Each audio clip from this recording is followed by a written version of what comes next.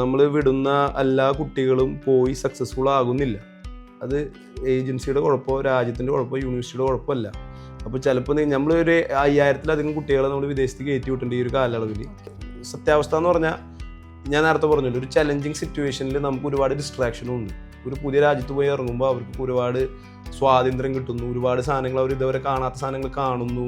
പല ആൾക്കാർ ലഹരി, നമുക്ക് ഇവിടെ ഒന്നും കിട്ടാത്ത പല ടൈപ്പ് ലഹരികൾ, പല കാര്യങ്ങൾ അവിടെ കിട്ടുന്നു. അപ്പോൾ പിള്ളേർ ആ വഴിക്ക് പോകും. സ്വാഭാവികമായിട്ട് അത് അവരുടെ അക്കാഡമിക്സിനെ എഫക്റ്റ് ചെയ്യും, അവരുടെ ഫിനാൻസിനെ എഫക്റ്റ് ചെയ്യും.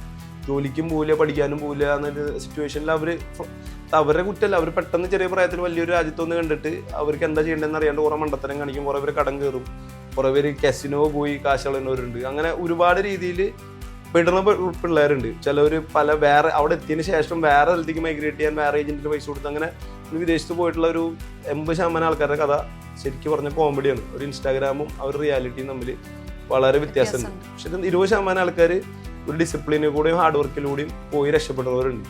അപ്പൊ എല്ലാവർക്കും ഈക്വലി സർവീസ്